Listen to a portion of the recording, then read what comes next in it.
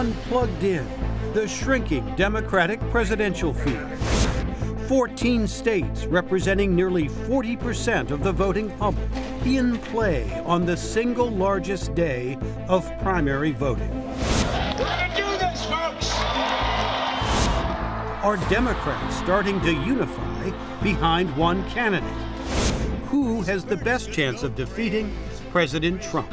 And who will be next to drop out of the race? Our correspondents and political experts weigh in on Plugged In, America Votes Super Tuesday.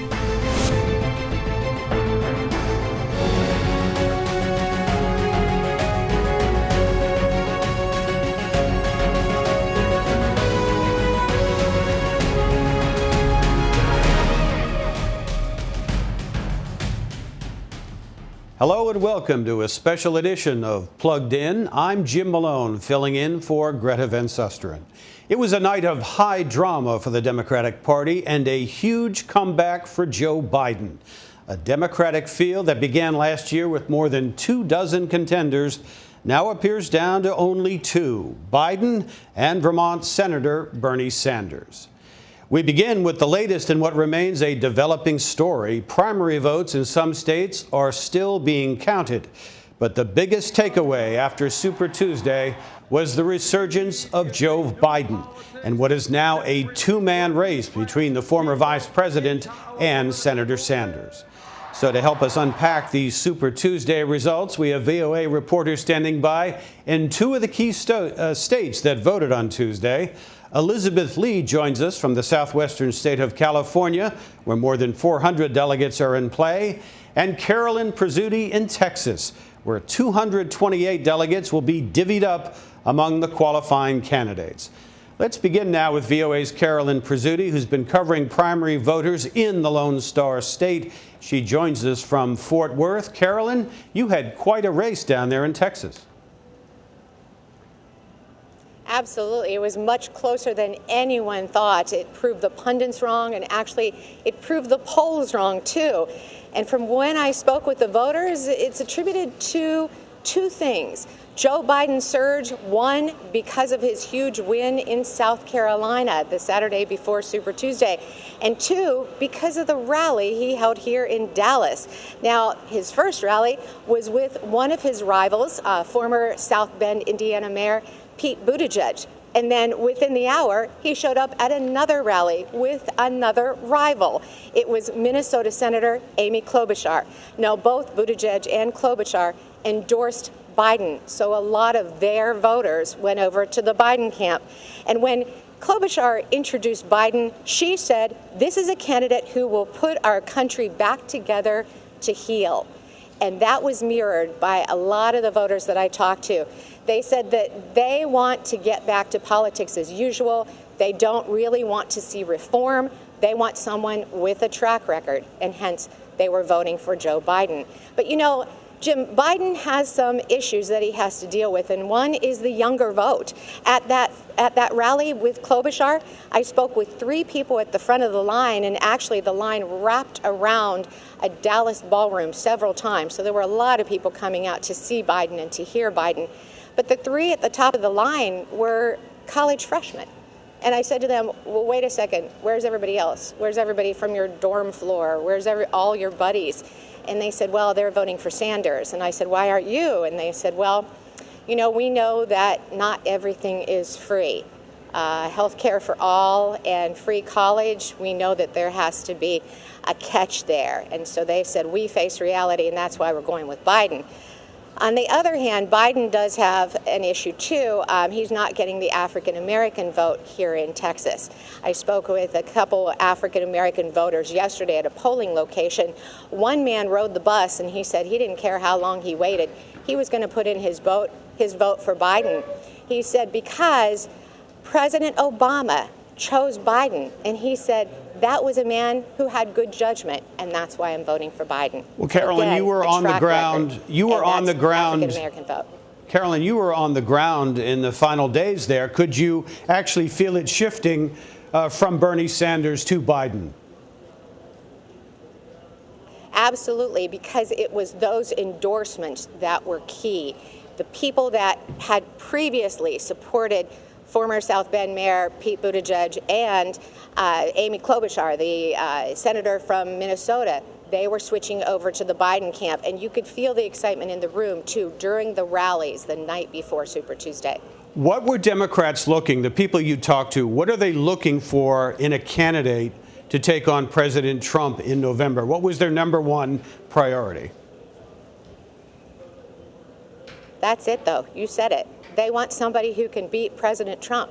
That's their number one mission. I spoke to somebody who wouldn't tell me who he voted for, but he said to me, no socialist is ever going to beat anyone in this country. And that being, of course, a reference to self-described Democratic socialist Bernie Sanders. So just briefly, Carolyn, to wrap up, it was, in fact, a close race, but this latest surge from Biden starting in South Carolina last Saturday really seemed to have turned the tide in Texas, a key state in terms of the Democratic primary. Absolutely. We are definitely a key state here. With 228 delegates up for grabs, everyone wanted to crisscross Texas. Everyone wanted to get their votes here. Did you get a sense that... And, you know, Texas came out in full force. Right. Did you get a sense that Democratic... We really had a good turnout here. Did you get a sense that Democratic voters were engaged and turned out in strong numbers in this primary? Absolutely. I didn't have anyone that I talked to say to me, I'm going to decide in the voting booth, or I decided in the voting booth. They knew walking into the polling place who they were going to vote for. They had already made up their minds, and they did come out in full force. You know, 4 years ago in 2016 for the Democratic primary here in Texas, 1.5 million people voted. We had more than 2 million vote on Super Tuesday this year. All right, Carolyn Prezzuti in Fort Worth, thanks so much for that. Ballots are still being counted in California, which is by far the largest of the 14 Super Tuesday states. 415 delegates will be awarded proportionally to candidates who reach the required threshold of at least 15% of the votes. It appears right now that Sanders is leading in California. We're joined by VOA's Elizabeth Lee, who's been covering that primary race. She's with us from our bureau in Los Angeles. Elizabeth, Bernie Sanders had a big night in California, so I guess that's the sort of silver lining in an otherwise big night for Joe Biden.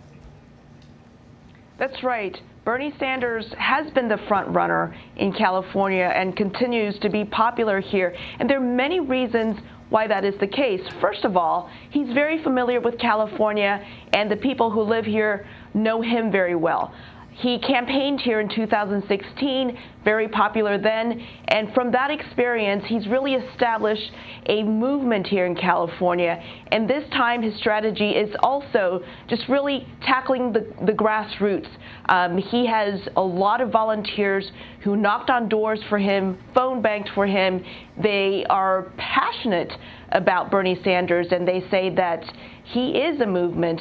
Those who support him are largely millennial voters, young voters, and many Latino voters really favor Bernie Sanders.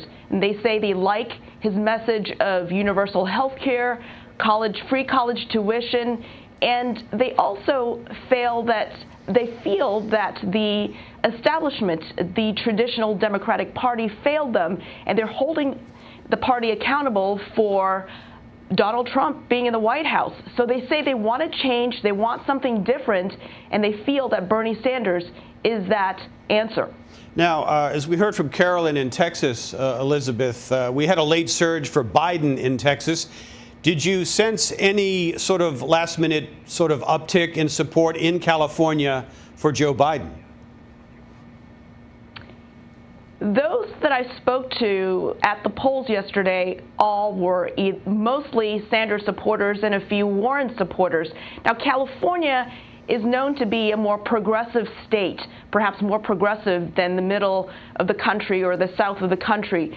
So mainly Sanders supporters, not so much Biden. But again, there are some moderates in California, and I spoke to a couple who say they like Sanders' ideas, but they think it's too pie in the sky. They don't think it's realistic. And for those people, they're undecided, but they could be swayed towards voting for a more moderate candidate like Joe Biden. Yeah, I was going to ask you about that. In 2016, Democrats had trouble patching up the differences in their party. And the Sanders voters you talked to, would they be willing to support the nominee if it's Joe Biden down the line? At the end of the day, what they all have in common, all the Democrats here, including Sanders supporters, is that they want somebody other than Trump in the White House. So they said, yes, if Biden becomes the nominee for the Democratic Party, they will vote for him or whoever becomes the nominee, because they don't like the current system. They think it's broken, and they believe a Democrat will be the answer to fixing that broken system. And finally, did you get a sense of how energized Democratic voters were? I mean, California is unusual. A lot of people do vote early by mail, and you're going to be counting those votes for the next several days. But do you sense that Democratic voters are energized not only for the primary, but for the upcoming general election in November? Yes, they're definitely energized. People were waiting in line for 2 to 4 hours yesterday to cast their vote. People are excited, and there are people, because as you mentioned, who voted early because voting centers have been open for more than a week, and some even 24 hours a day. Those who voted for Amy Klobuchar or Pete Buttigieg, their votes, if they voted before before the two dropped out, suspended their race, well, it didn't really count. So they are really looking forward to the general elections when they can, again, make their vote count. They're excited. I spoke to some college students, and they say they finally feel like perhaps their vote will count, will matter, and also minority votes. One of the precinct captains say they've seen more minority votes this time than 4 years ago. So there is definitely energy here in California. All right. VOA's Elizabeth Lee in Los Angeles, thanks very much. Since President Trump is running virtually unopposed for a second term, Super Tuesday is a foregone conclusion for the Republican Party. But for Democratic candidates who want to beat him in November, Super Tuesday was a game changer. It's the single largest primary voting day. 14 states, representing 40% of the U.S. population, deciding which candidate moves closer to the winning number required to receive the nomination. To explain the Super Tuesday math and the role delegates have in choosing a presidential nominee, here's Plugged In's Mil Arcega. Most Super Tuesday voters marked a ballot for a specific presidential candidate, but those votes actually went to a slate of delegates who have pledged to vote for that candidate at the Democratic Party's nominating convention in the summer. Delegates are allocated to each state in proportion to its population. On Super Tuesday, more than 1/3 of Democratic convention delegates were at stake, ranging from 415 delegates in California to 16 in Vermont. Now, candidates win pledged delegates in proportion to the votes they get from each state, but they must reach a 15% threshold in order to win a portion of those delegates. With 3,979 total delegates at the Democratic convention, a candidate needs a majority, 1,991, to win the party's nomination. If no one reaches that magic number on the convention's first ballot, unpledged delegates, a group of 771 party leaders called superdelegates, will step in. Those superdelegates, who can endorse any candidate of their choice, have the power to sway the nomination, potentially subverting the candidate with the most support, which could divide Democrats and affect the general election in November. For Plugged In, I'm Mil Arcega. Democrats have been building towards Super Tuesday since July of 2017, when a little-known congressman from Maryland, John Delaney, first announced his intention to run for president. But that was just the start. All told, a total of 28 Democrats would jostle for attention, votes, and campaign contributions. But here we are just a day after Super Tuesday. Only 4 candidates remain in what is now essentially a two-man race. Plugged In Steve Reddish takes a look at where the remaining candidates stand. So I'm here report, we are very much alive.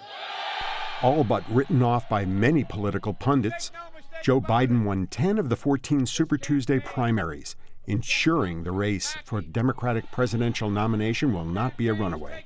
Thank you all very much. Let's go on to the White House. Thank you. Bernie Sanders won 4 Super Tuesday states, but was unable to keep his status as a frontrunner for the nomination. It is now a two-man race. Biden and Sanders personify the battle between the liberal versus moderate split within the Democratic Party. The U.S. Senator from Vermont is a self-described Democratic socialist. If elected, he promises significant tax hikes on wealthy Americans, reshaping the U.S. healthcare system to eliminate private health insurance and to cut U.S. defense spending while bringing U.S. troops home from post-9/11 deployments. Biden is considered a centrist within the Democratic Party. He, too, would raise taxes on the rich, but not to Sanders' level. On health care, Biden wants to build on the existing Affordable Care Act, passed during the Obama administration, and keep private insurance. Biden also favors more defense spending. Biden has run for president before, in the 1980s and 2008, and was Barack Obama's vice president. This is the second try for Sanders to win the presidential nomination, losing to Hillary Clinton in 2016 in a bitter campaign. 2 other Democrats, Elizabeth Warren and Michael Bloomberg, competed in the Super Tuesday primaries but trailed Biden and Sanders in the delegate count. Another Democrat, Tulsi Gabbard, is also running, but far back in the pack. Steve Reddish, VOA News. So how much has the political landscape changed? Has the Democratic race turned into a war between the progressive versus the establishment wing of the party? And where does the party go from here? Well, to help us answer these questions and more, we're joined by 2 experts with keen insights on the state of American politics. Penny Lee is a Democratic strategist who served as a political advisor to former U.S. Senator Harry Reid. She's the former executive director for the Democratic Governors Association. And David Barker, professor of government at American University here in Washington and director of the university's Center for Congressional and Presidential Studies. He's also an expert in political psychology and voting behavior. Well, thank you both very much for being here. I want to get some quick takes on where we are the day after Super Tuesday. Penny, let me start with you. Yeah, well, I would say that what we saw last night was momentum/Joe momentum, as they're calling it, outbeat money and outbeat a movement. And you saw just an unbelievable turnaround in the last 72 hours or 24 from South Carolina moving on into Super Tuesday. And you saw a real reversal. I mean, it was stunning. Joe Biden winning in places like Virginia without any infrastructure whatsoever. I mean, not an office, hadn't spent a dime on Monday. You saw record crowds, though, turn out and saw them turn out for Joe Biden. So you saw a real amazing seismic shift in who the voter preference was in just a very short time. David, your take. That's right. So while in the last 72 hours we saw this dramatic shift in Biden's favor, it's also kind of interesting that after all these debates and all these different things that have happened over the course of the past year and a half, we are essentially where we thought we would be. If you would have asked somebody 3 years ago who will be vying for the nomination on the Democratic side, they would have said probably Biden versus Sanders, and Biden would be the front runner, and that's where we are. And I would say at this point, Biden's odds of getting the nomination are about 3 and 4. Wow, that's high. In fact, let's hear from Joe Biden. He was in California last night at a victory celebration, commenting after his big night. For those who've been knocked down, counted out, left behind, this is your campaign.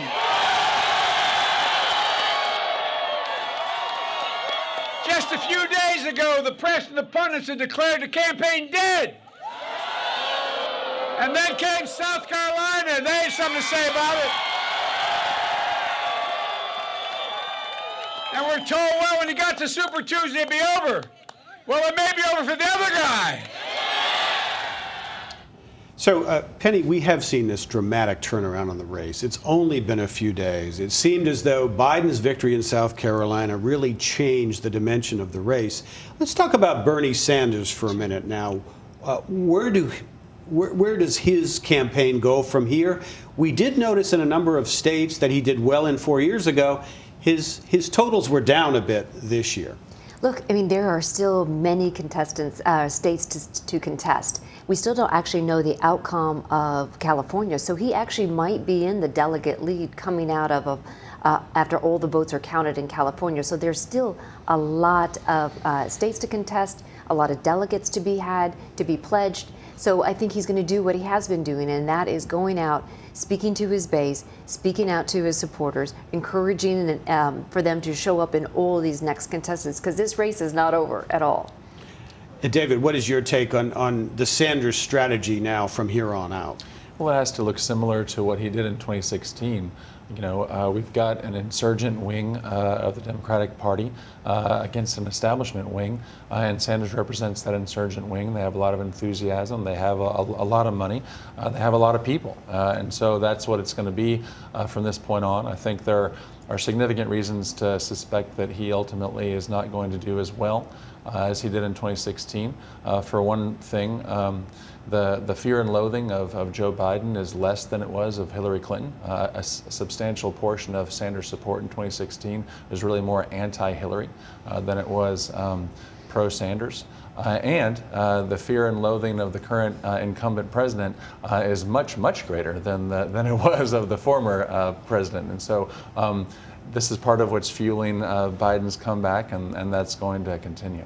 And certainly we heard last night from Bernie Sanders at his celebration in Vermont that he's not going anywhere, and he certainly had an energized crowd. Let's hear a little bit from Bernie Sanders last night.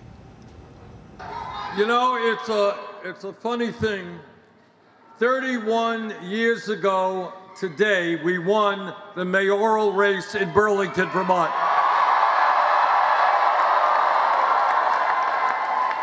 And we won that race against all of the odds. Everybody said it couldn't be done. And when we began this race for the presidency, everybody said it couldn't be done. But tonight, I tell you with absolute confidence, we are going to win the Democratic nomination.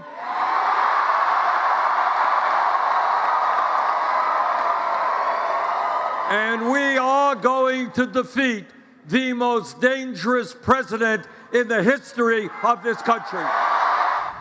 Bernie Sanders in Vermont last night. Penny Lee, we also had some news on Wednesday about Michael Bloomberg. He's ending his campaign. He's endorsing Joe Biden. I guess the hits just keep coming for Joe Biden at this point. And look, I mean, what comes with Mike Bloomberg's endorsement is also an incredible infrastructure behind it. I have gone up to the campaign headquarters and seen all that they have been doing and are staying committed until November, which is unprecedented. So to have not only that personal endorsement, but to then have a complete infrastructure behind him really will, I think, set Joe Biden on a true path to victory. I mean, David, if you're a Biden fan, you can't believe the good fortune that seems to be coming his way. That's right. But given the tension in the party, and it stems from 4 years ago with Clinton and Sanders, are there any risks here about exacerbating, the strains where it looks like everyone's consolidating for Biden? Sure. I think that Biden and his surrogates need to be careful about the language that they use and the tack that they take. I think they need to be careful not to start acting overconfident or gloat or talk down to Sanders supporters in particular.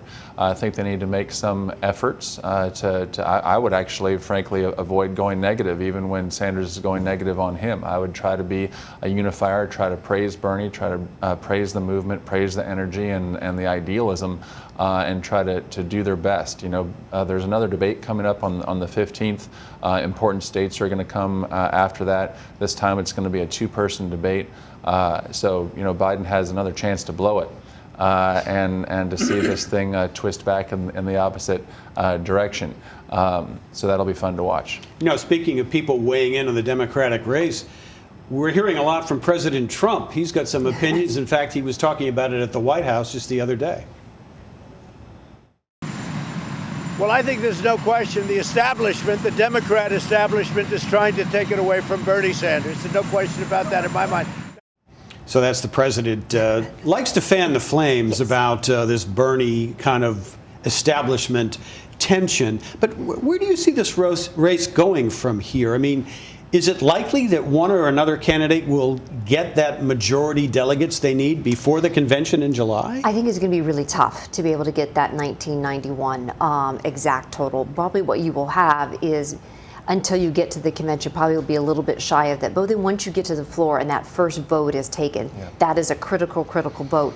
Because what you don't want to do is have that second ballot with superdelegates and others influencing the decision and have it to be a pure vote. So what you'll probably see at that point is Klobuchar's or Pete Buttigieg's begin to shift their pledges and be able to put them into or have them coalesce around a certain person. I would say with his endorsement probably more likely Biden than not.